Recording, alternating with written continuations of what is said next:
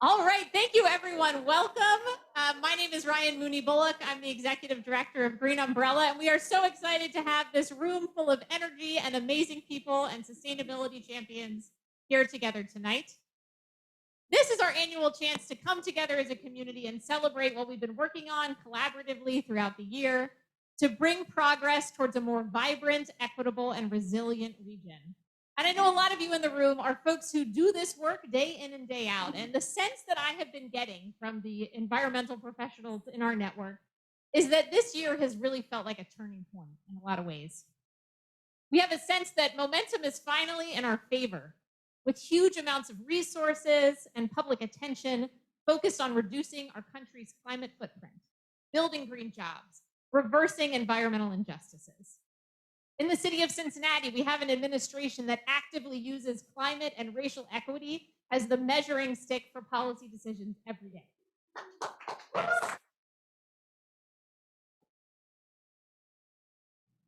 And yet, the resources that we know are coming down the pipe from the Biden administration are not quite here yet.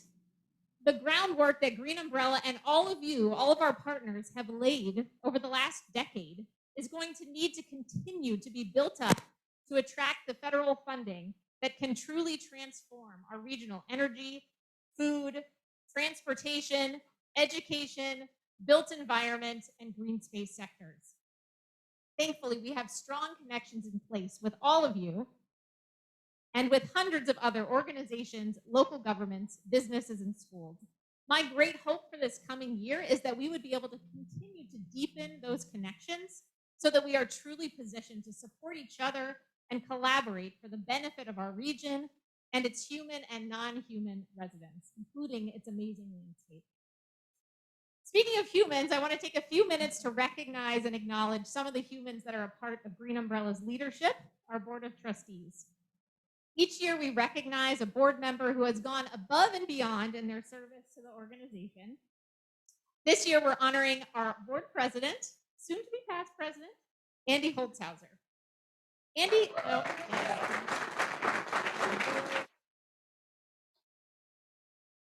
has been on the Green Umbrella board since 2011. That was the year that Green Umbrella became the Sustainability Alliance for the region.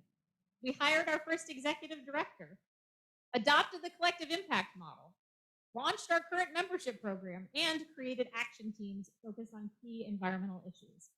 It was kind of a big year. And now here we are 11 years later, and the organization has evolved dramatically. We'll hear more about that tonight. Andy has been serving as a leader all this time, first from his seat as the founder and CEO of the Greater Cincinnati Energy Alliance and on the board's finance committee, then from his seat as a founder and partner at Donovan Energy, one of the region's fastest growing startups, and as Green Umbrella's vice president and treasurer. He stepped into the role of president in 2019 for a 2-year position that turned into 4. When the uncertainties of the pandemic were still very active at the end of 2020, Andy agreed to continue his leadership role for an extra 2 years. It was a lifesaver for me personally, and Andy has just been a joy to work and collaborate with all these years.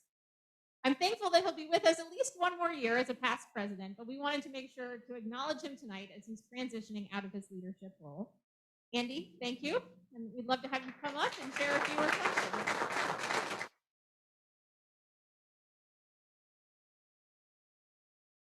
Very kind, Ryan. Thank you. This gave me a chance to reflect a little bit on my 11 years of involvement. I remember, and then it's even more fun to see some people in the room who were in that room 11 plus years ago. Bill Hopple, Bill Shire, Bruce Rhodes, who I don't think is here tonight because we would all know, but we know how instrumental he is to so many things.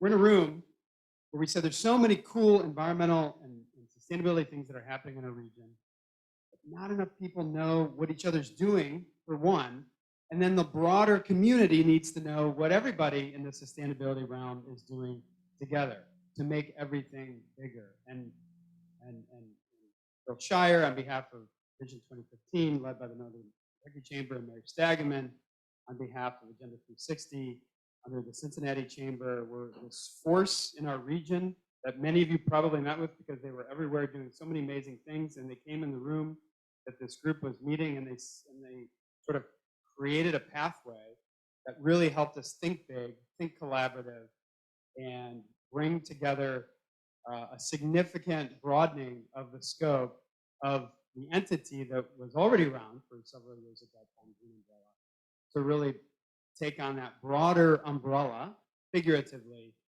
so that all these wonderful things that we're here to talk about and that excite us and get us passionate, that's what came under that umbrella on that day back 11 plus years ago. So land preservation, clean energy, and all the other things that Ryan mentioned sort of came together, but it was because, you know, it was a small group of folks that said, again, we got to think bigger, and now to kind of be here back with you all after a 3-year hiatus for this event and see a couple hundred people wanting to make even bigger things happening. And the number of things that are happening these days in our space compared to then is just incredible, and yet we know so much more needs to happen to get our environment where we know it needs to be. So this is such a privilege to be able to share. So I want you to all sort of think about, and I challenge you all to think about that. And if you're here, you're already here because you care.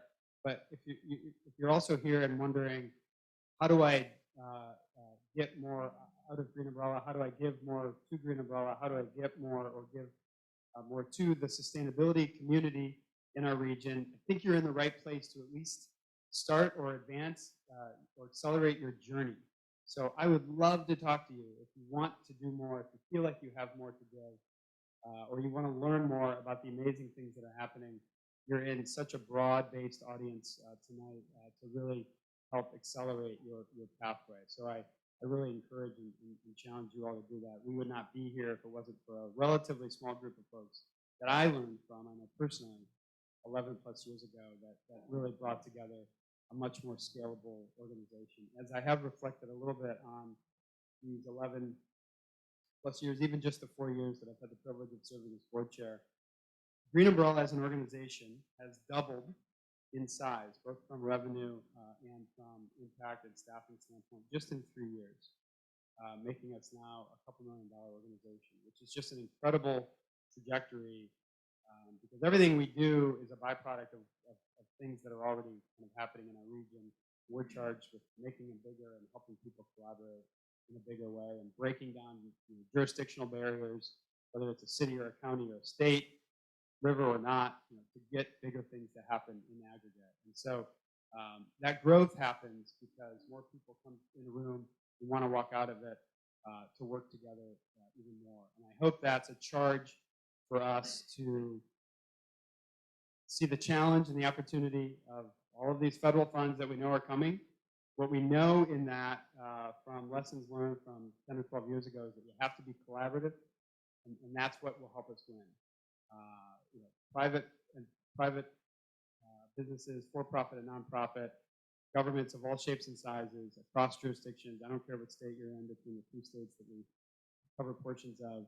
There's so many opportunities, and so I think that continuing collaboration is how we will continue to win. So I'm so excited for us to find ways to do that as a community.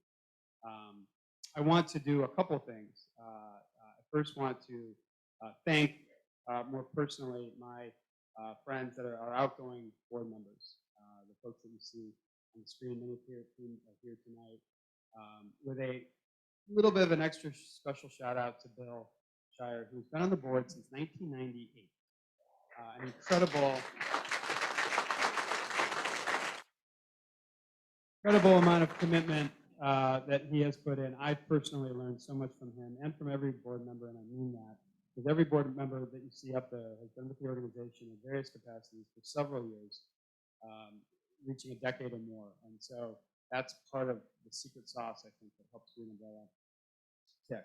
I'm also very excited to share with you, as the current board exec is outgoing, and in our 20 days of lame duck status now, we have a new board leadership. And so I'd love to share that with you so that you all know who is going to be charged with working with you all and collaborating in the future in the next couple of years. So our new board president is Todd Palmeter, Great Parks, Hamilton County. Way back in the back.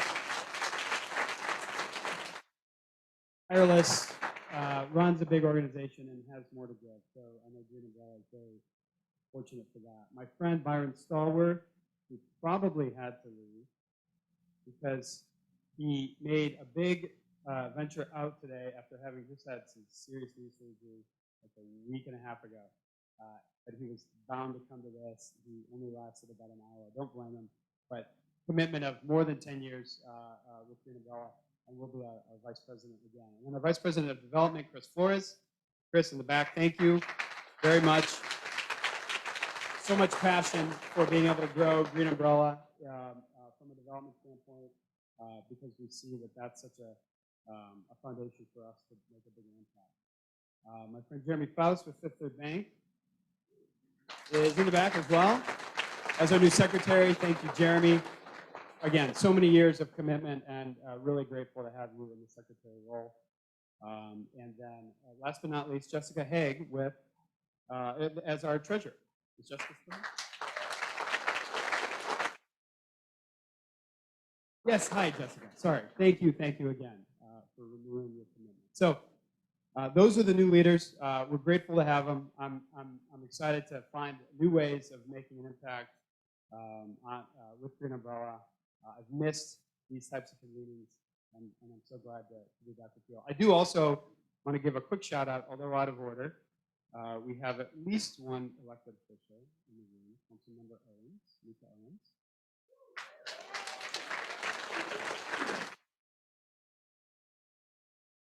Maybe we just missed her. But talk about commitment. She spent the entire day with us at Midwest Regional Sustainability Summit as did Councilman Jeffries. I will not forget that. That's a big commitment. So we're really awesome to have so many elected leaders that get this space and know it and are committed to it. So with that, I'm done. Thank you all. It's great to see you. Let's have a great year this year.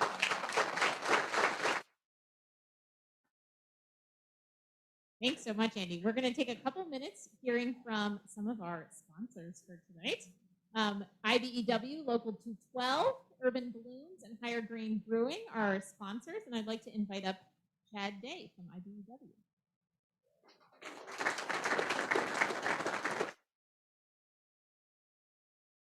Hey, good evening, everyone, and I want to thank you all for coming out here and supporting this organization.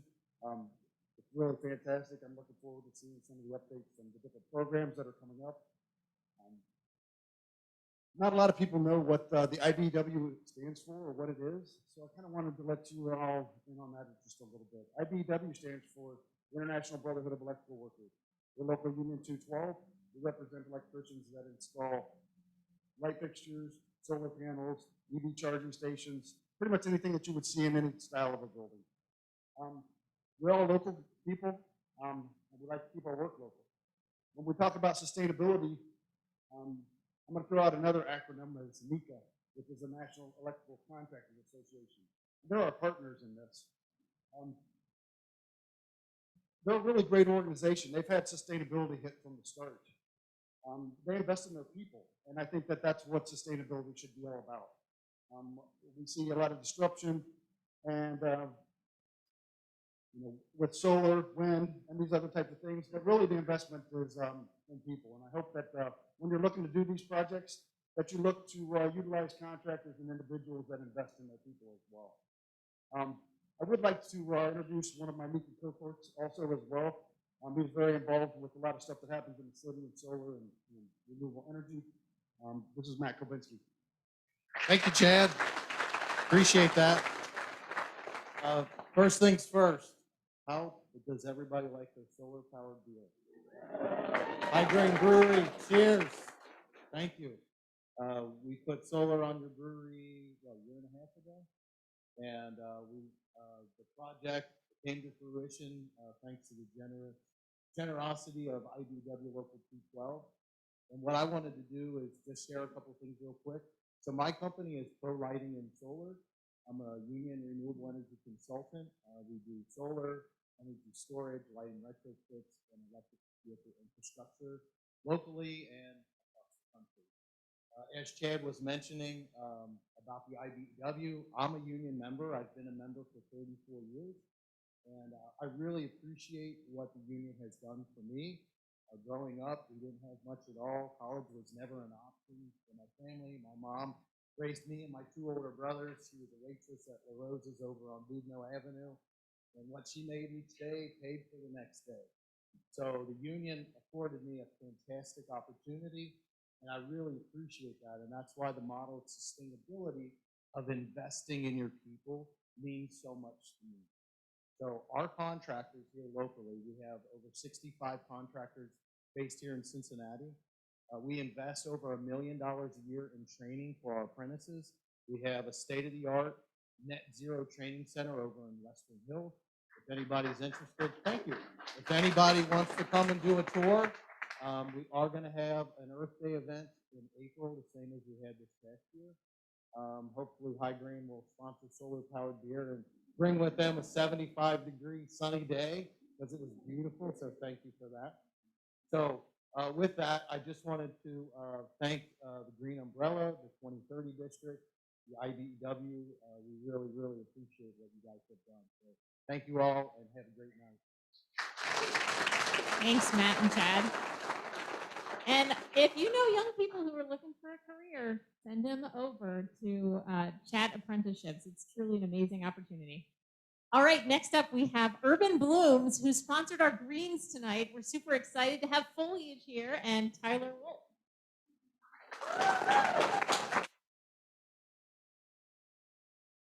Hello, everyone. Thank you very much for having us, and thank you to the Green Umbrella for putting on this amazing event, and for just being the driving force behind so many amazing initiatives here in the city of Cincinnati and throughout the region. I'll tell you a little bit about Urban Blooms. We build custom, state-of-the-art living wall installations. These are huge living walls of plants that could be 50 feet tall or 50 feet across. We've done over 100 of these living walls over the past 8 years since we've been founded.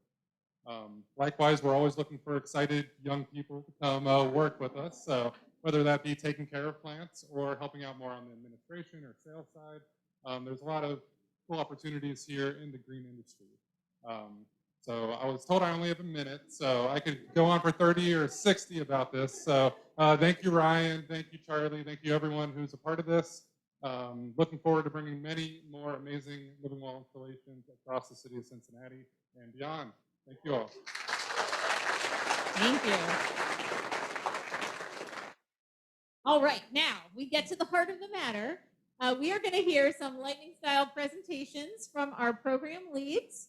We are going to hear from each of our in-house programs, and to just let you know what they've been up to in 2022 and what's coming next. Of course, they are not going to be able to cover a year's worth of work in 4 minutes. So if you hear something you want to learn more about, please snag them afterwards, either tonight or in a follow-up email to connect further. First up, we have Savannah Sullivan, our Climate Action Director. Oh, hi everyone. Thanks for joining today. You can tell it's me because apparently I have one shirt. Gotta get a right. Well, I'm Green Umbrella's Climate Action Director, which our work is dedicated to working with regional local governments to help kickstart and accelerate their climate preparedness. We coordinate communities and build their capacity to do this work while ensuring equity is a top priority and growing political will for climate action across greater Cincinnati. I'm excited to give you a quick-ish update on what our team has been up to and where we're going next. But first, and the most important update is, our team has grown. It's no longer just me. This year, we welcomed Taisha Cole. She started with us. Woo! Please stand. Please. She started with us as a climate equity intern in spring and was swiftly promoted to climate action coordinator. So happy to work alongside her every day. This summer, we launched the Greater Cincinnati Regional Climate Collaborative, which is a network for local governments and partner organizations to share information, collaborate, and draw on funding for community-level action. You can see here that Green Umbrella is putting Greater Cincinnati on the map, literally, and joining more than 30 other regional collaboratives across the country doing this critical work. We also officially joined 2 national networks that are providing our collaborative technical assistance: Georgetown Climate Center's Regional Collaboratives Forum and the Institute for Sustainable Communities Urban Equity Climate Compact. You're probably wondering, all right, Savannah, that sounds good and all, but like, what does that even mean? It means local governments, community-based organizations, universities, and more can join the Regional Climate Collaborative. Its members participate in workshops and receive benefits from our team that will help you and your community move from awareness to planning to action on sustainability, equity, and resilience goals, like reducing the impacts of flooding on homes and infrastructure. I've listed just a few here, and you can see many more on our website. And if you sign up by the end of January, you'll receive a founding member discount. Woo! Before launching the collaborative, we reached dozens of regional communities through events, a regional action webinar series, stakeholder listening sessions, surveys, and more this year. We published a climate equity benchmarking analysis that Taisha led, and identified more than 400 potential strategies for regional implementation. This is directly informing the governance structure and goals of the Regional Climate Collaborative, and we're so excited to continue turning these into action. I also wanted to highlight some individual governments we worked with closely that have made some exceptional early progress on their goals. Green Umbrella worked with the city of Covington to host a resilience tour across their city with more than 100 participants.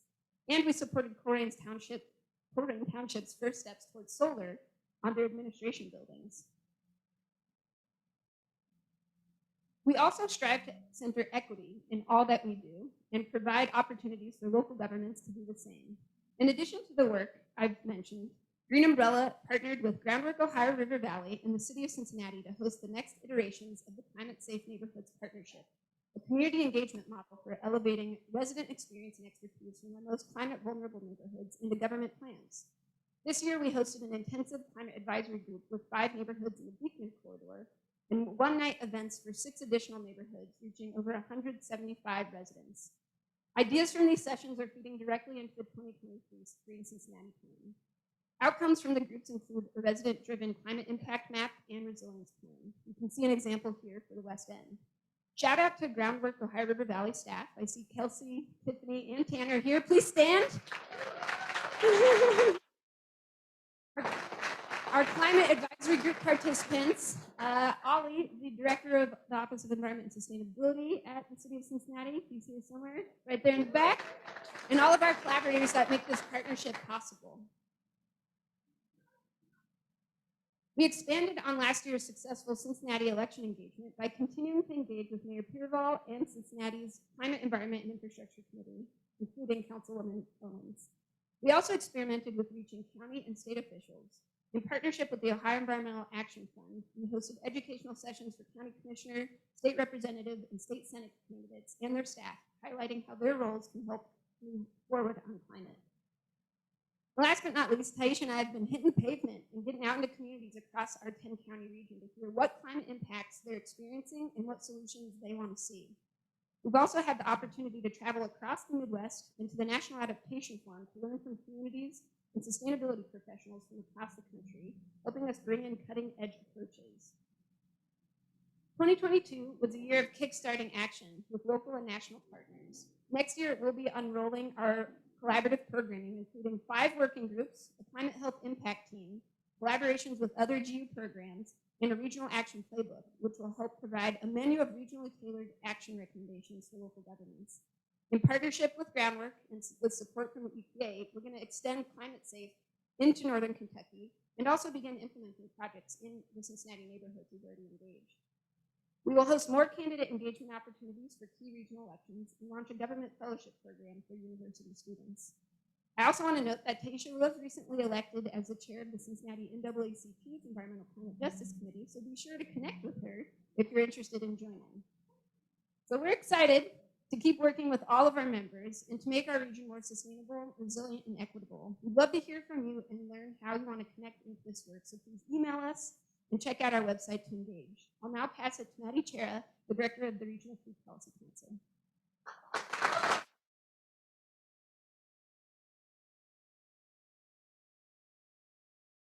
Thanks, Savannah.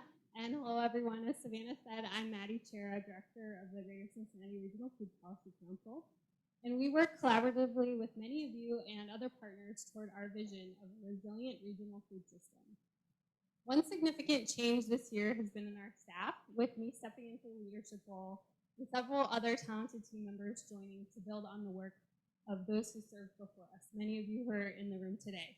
And we actually, our newest team member just started last week, so Amanda Lucas is here. Some of you might know her or meet her tonight, and she is brand spanking new. We seized this transitional season of change in 2022 by creating a new strategic plan. And through collaborative input sessions, stakeholder interviews, and expansive research, we charted a course for the coming years. And by the way, thanks to all of you here today who contributed to this process and to all of our work together this year. We definitely couldn't have done it without you. Everything we do is truly a team effort. With this strategic plan as our guide, we will continue to build networks across the food system, build the capacity of our partners, amplify the stories of our region, and change policies at multiple levels. Guiding our policy advocacy, we've aligned our work to fit with the policy agenda of one of our statewide partners, Ohio Food Policy Network. We now frame our work under the categories of farms and land use, like supporting sustainable food production, access and education, making good food easy to get and to enjoy, infrastructure, so think supply chains, processing, and storage, and institutions, so that's big buyers like schools and hospitals, universities, businesses. An example of farms and land use work in 2022 was our trip to Washington, D.C. to meet with federal legislators and advocate for local and regional food systems support with the National Sustainable Agriculture Coalition. The Farm Bill is coming up in 2023, so if you didn't know that, here I'm telling you now. So look out for more information about how we can advocate powerfully together around this high-impact national legislation. It's a big deal. It only comes around every few years, and there's a lot of money and other support at stake. So please stay tuned for more on the Farm Bill. With our support, community partners have continued to improve food access and food education in our region, leading residents to meet their own food needs through asset identification, neighborhood buying clubs and grocery stores, urban agriculture projects, and more. And many of you probably know that supply chains continue to falter and pose a big challenge to our food system, which really highlights the urgency of even more local and regional food system infrastructure. So one way that we're working on this is by supporting partners in using technology to streamline how people can use incentives and benefits like produce perks and SNAP EBT at local food outlets like farmers markets. And really this is meant so that all residents can conveniently access fresh, healthy food. And we continue to work closely with schools to bring that access and food education to our region's children. One of our big 2022 wins was through our local menu takeover, which was a big promotion during October National Farm to School Month. We supported schools in feeding kids about 12,000 servings of fresh, delicious food from local farms in a single week. So I just want to take a second. 12,000 meals. That's huge. So that's a lot of, that was in 1 week to several different school districts in the region, including so we're doing a bunch more with Farm to School that my colleague Cynthia will speak about shortly as she shares her time between CPS Outside and the Food Policy Center. So aren't we lucky to have her wearing so many hats? But before I turn it over to Cynthia, if any of this sounds exciting to you, we need you involved in the Food Policy Council. We need you. Now through the end of the year, hop on our website and apply to become a council member in 2023 so that you can participate on a committee and contribute your talents to this food system work. And tell your friends to apply too. So spread the word. If you have any questions, you can ask me and I'll be happy to tell you lots more. So now I'm going to turn it over to Cynthia. And Yes. Hello. I'm Cynthia Walters, and I am involved with several Green Umbrella programs by coordinating projects for greening schoolyards. And I also serve as the Regional Farm to School Curriculum Coordinator. Thank you. About it. First of all, cheers to Maddie for an eventful year. So I collaborate with Molly on farm to school curriculum related activities and initiatives. In August, we held a an educators workshop for teachers and food service staff members to provide them with the tools and resources to get students selecting, growing, cooking, and tasting nutritious local foods.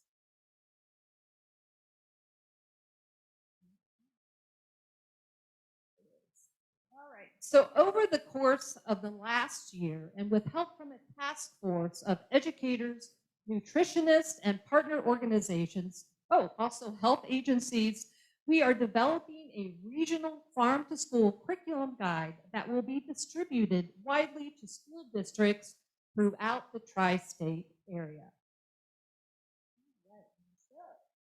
So technically, and by title, I am the Green Schoolyards Coordinator. I spend most of my time with Cincinnati Public Schools developing district-wide programs and projects to activate meaningful, real-life teaching and learning, otherwise known as CPS outside. By collaborating with both the facilities and curriculum departments in CPS, we are expanding green spaces and increasing learning opportunities for all students throughout the district. This school year, 20 new outdoor classrooms will be installed to provide equitable access for students to usable green schoolyards.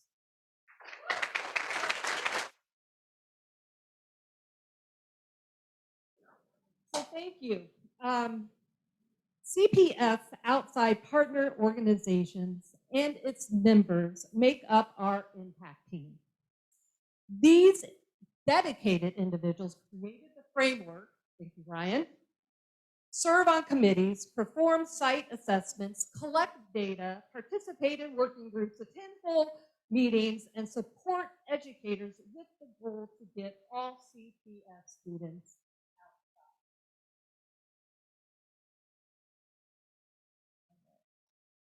So we officially kicked off these exciting new outdoor learning projects that are supported by CPS through grants dedicated to adding tree canopies and orchards in urban areas. We were joined by our national partner, Children in Nature Network, to help us increase engagement and support. Here we are at Reese Price Elementary School for a tree planting ceremony just weeks ago. It was an exciting day for CPS outside. After the tree planting ceremony, Reese Price hosted Mayor Aftap and CPS Superintendent Wright. Both were able to share their priorities for the city and district and how they are related to improving the health and wellness of Cincinnati neighborhoods. Here they are signing the Green Schoolyards pledge. We hope to build on the momentum that both the mayor and the superintendent created upon signing the pledge. So what can we expect in 2023?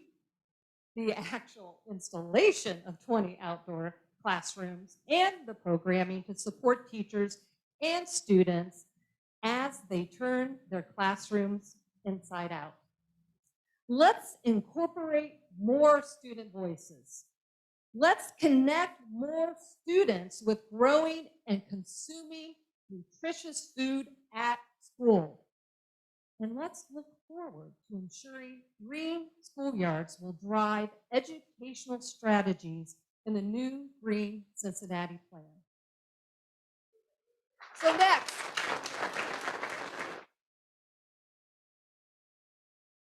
gosh, I love this picture. Okay, so next I would like to introduce my colleague, Chris Smyth, of the Common Orchard Project. We are actually working together to provide new orchards along with an integrated curriculum at 5 schools in CPS during 2023. Thanks, Cynthia. So the Common Orchard Project helps neighbors build community-based orchards. That's it. It's the basic premise and a whole lot of elaborate scaffolding to make it all work. These are volunteer-built, led, and harvested fruit plantings where the food goes back to the community or is otherwise donated. Yeah, there's one in Mount Auburn right there. That's just its first year, so it's only 1 year old. A whole lot of blooms and life. The 3 words that sum up this year for me are start, sustain, and support. For start, we aim to plant 10 or more orchards every year, and we are really proud to have accomplished this and are now up to 30 orchards in the region. This year, we kept on target, putting 10 more orchards in. And for the past 2 years, we've been able to keep on track with that. Sorry, I meant to say. And the next year, we're actually, in 2023, we're planning on keeping on track with that. So feel free to reach out online or if you want us to help in your community. For sustain, orchard stewards. These are the people that keep the orchards growing after that big planting day. Stewards are trained through our 10-session training program to care for the trees. And I want to stress to anyone caring for community fruit trees around the area, you are welcome to sign up online and join in. You didn't have to come out to your neighborhood and plant an orchard with you. If you are caring for community trees, reach out to us, we can help. Help you train the trees that you are working with. For support, apart from funding and volunteers, there's a lot of logistical and material needs for this work. And Camp Washington Farm there in the middle has continued to be a resource to meet these needs. We host workshops, our nursery serves as a launch pad for each orchard build, and is being cleared for more agricultural work. Now I want to just go one layer deeper on all these points.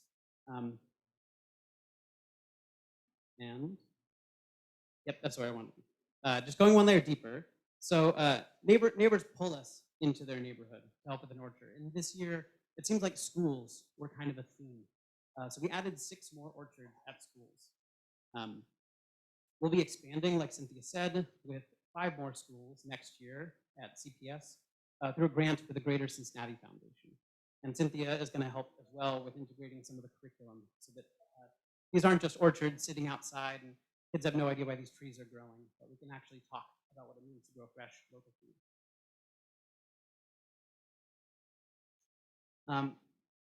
This is just a snapshot of our website, which maybe technology is not my strong suit, more getting outdoors is, but so the first round of about 35 individual orchard stewards have participated in some of these sessions. So this is just a snapshot of the sessions, these 10 sessions that we teach people in orchard stewarding. Although many orchards are not mature enough, most of the orchards that I visited after that first build look fantastic from this year. Our goal is confident stewards growing more pounds of higher quality fruit all over the region. For better communication, this year we were able to get the schedule and all updates online will live here from now on instead of me emailing or calling everyone.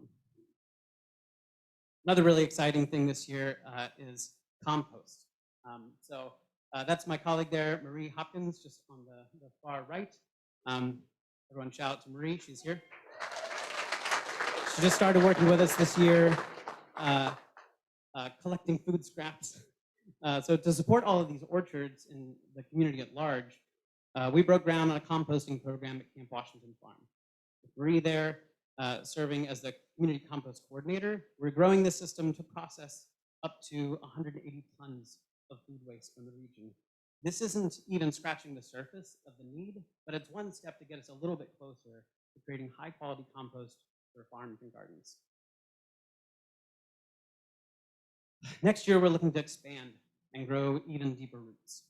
We'll be growing our own compost program at camp, growing out fruit trees and over 2,000 herbs, natives, and medicinal plants, which get planted in all the orchards, trying to shorten our own supply chain, if you will, supplying stewards with holistic spray ingredients that we can either grow ourselves or purchase in bulk, and ultimately equipping more people to grow healthy food. We'll continue next year by adding 10 more orchards, 5 at CPS schools, at least 10, maybe some more, we'll see. We're hiring an AmeriCorps to help with volunteer coordination so more people can stay connected to this work. We're also opening up sponsorship opportunities so you or your business can adopt an orchard and support its growth. It's been such a full and great year, and we're honored to continue to grow a sense of abundance and connection to nature right where people live. If you'd like to get more involved, check out commonorchard.com for more information. Now I'll turn it over to Tom Schultz, who's next with the Cincinnati 2030 district.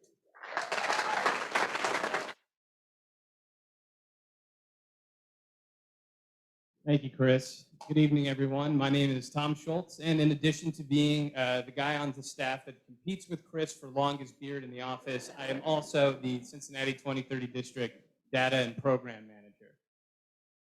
Alongside our director, Elizabeth Rojas, we are the two full-time staff members supporting this Green Umbrella initiative that focuses on sustainability within the built environment. The Cincinnati 2030 District is part of a collaborative network of over 23 cities in the United States and Canada that focuses on achieving necessary reductions in greenhouse gas emissions associated with the construction, maintenance, and operation of the commercial built environment. We work with building owners, operators, and managers to track achievements towards 50% reductions in energy, water, and transportation emissions associated with commuting while supporting improvements in occupant health. We then report the progress of our collaborative community to the public. Since our inception in 2018, the district is now comprised of commitments from 48 building members representing approximately 28.2 million square feet of commercial property within the Green Umbrella footprint.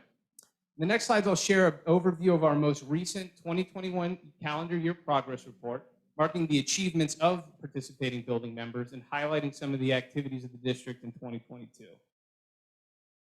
For the calendar year 2021, participating building members of the district demonstrated an impressive 31.5% reduction in energy from the district baseline, putting the district within striking distance of the 2025 target reduction of 35%. For water, reporting members similarly achieved an impressive 31.13% reduction. Commuting emissions, comparing the results from the first ever Cincinnati 2030 District Building Commuting Survey conducted in the fall of 2021, sponsored by Metro Sorta, to an OKI Regional Council of Governments baseline, members saw a reduction of 20.8% to the 2015 baseline. Diving into these data, it was apparent that emissions reductions were bolstered by the sudden increase in remote work associated with the effects of COVID-19. Still, despite the proliferation of work from home, the majority of the trips taken by survey respondents were still done predominantly in vehicles with internal combustion engines.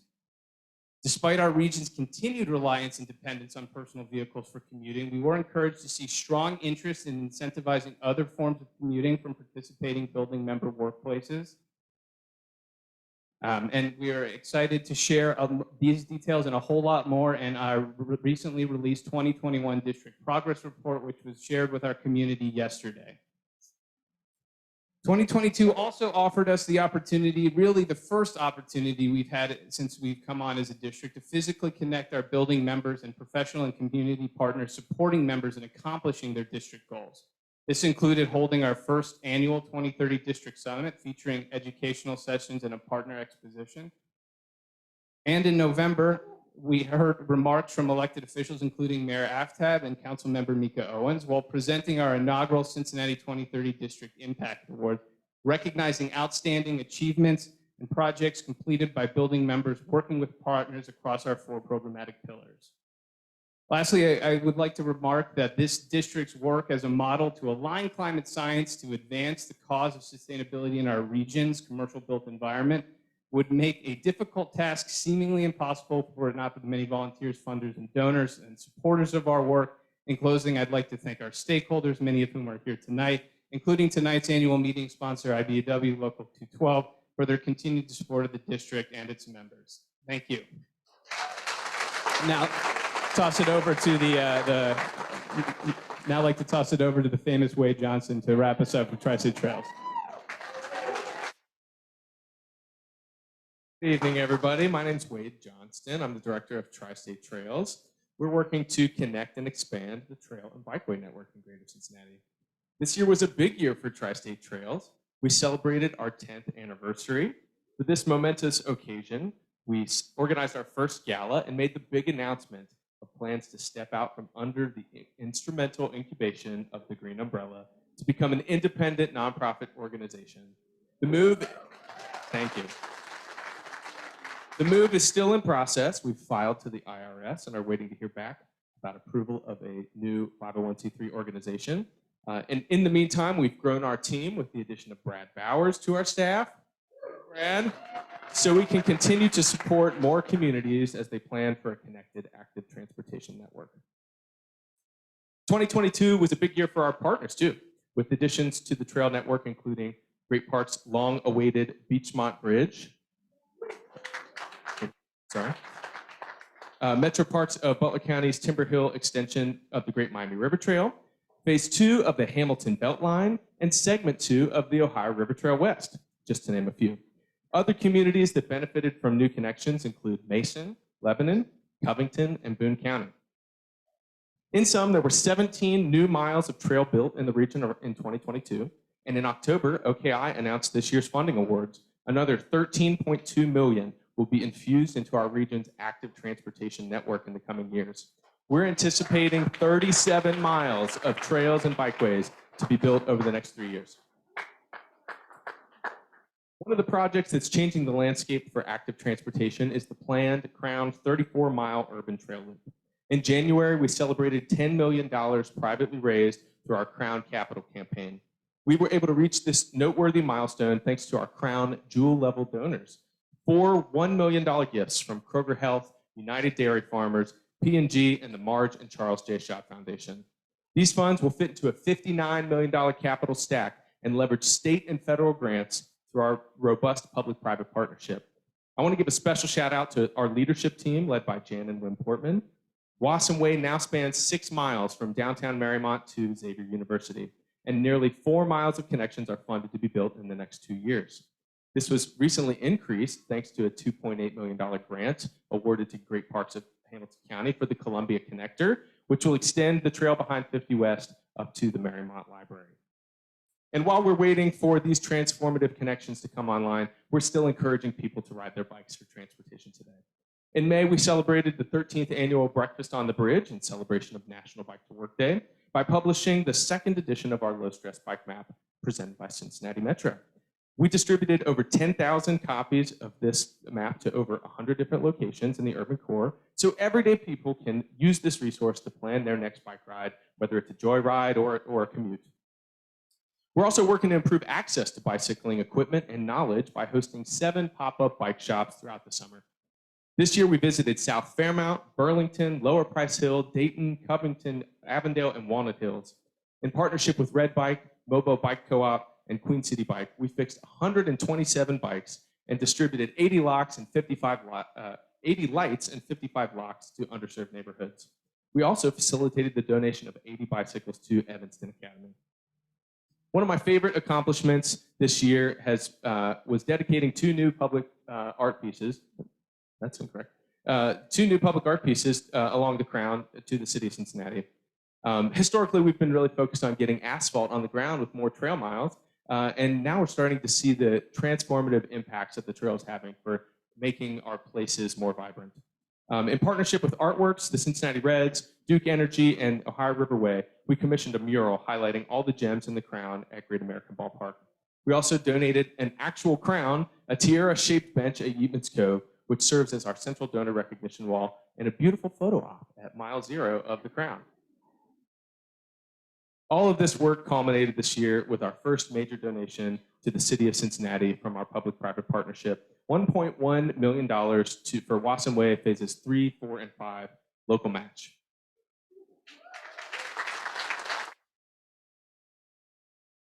We've also created some new opportunities to get involved. So if you're a practitioner, you can become a member of Tri-State Trails or join our Regional Trail and Bikeway Committee. And if you're a resident or an advocate, you can join our Active Transportation Coalition. So thank you, and handing it back to Ryan.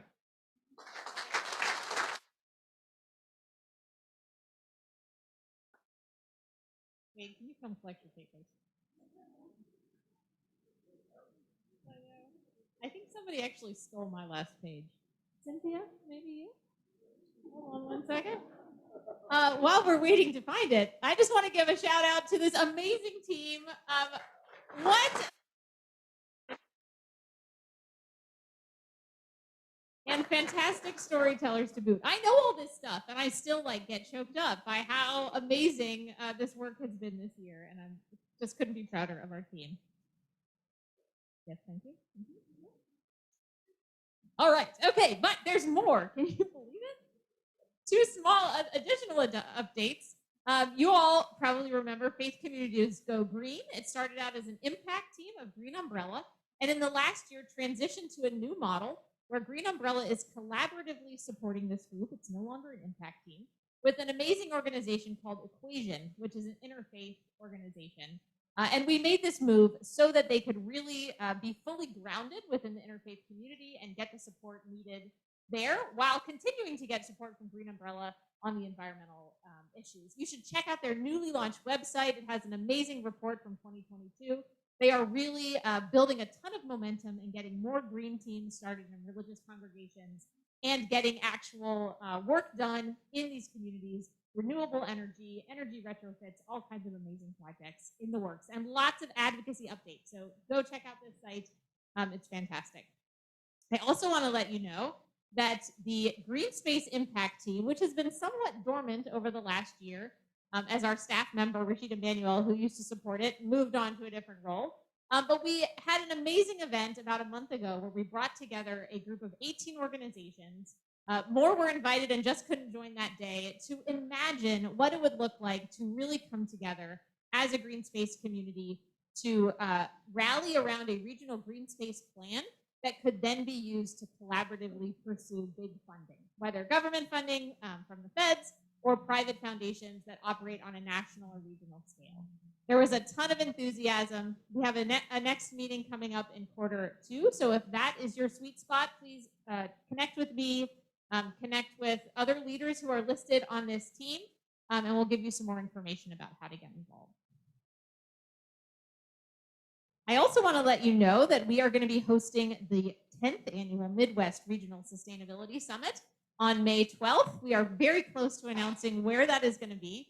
But the theme is Imagine What's Possible. We will be releasing our call for proposals, awards, artistic submissions, all kinds of different ways that you could get involved before the holidays, so in the next week or so. And we could not, of course, do any of this without the support of our funders. These are all of the grant makers that we have been able to work with over the last year, including private, government, other types of entities. And while we are so thankful for their support, we know that as an organization, we cannot rely on grants alone. Many funders in our community are governed by guidelines that were set a century ago in some cases, 25 years ago in others. And they do not have the flexibility to respond to the needs of this moment. We are at a critical point in our community to be able to take real action on climate issues, on resilience issues. But unfortunately, not all of our funders are right there with us. And that's okay. There's amazing work that they're supporting. But because of this recognition, we realize that we need to turn even more to the individuals, the passionate people in our community to help support this work. And so this season, we want to, first of all, thank you. If you are a donor to Green Umbrella, thank you so much. We truly, truly appreciate your support. We also want you to know that if you're not yet, you can still be. It is not too late. Any day is a good day to become a donor to Green Umbrella. And in fact, the next few weeks are the best time because we have a matching gift in place. Thanks to our board of trustees who have pledged $9,000 of match, of new giving in these last few weeks of the year. So if you have not given yet, we encourage you to make a commitment tonight. You can actually scan that QR code and give right now if you want, or do it when you get home. It's easy to find on our website, but we are counting on support from generous individuals like you to make sure that we can keep leading the edge, advancing the new work that is needed to help build equity, climate justice, resilience, and a thriving landscape in our region. So thank you for being with us.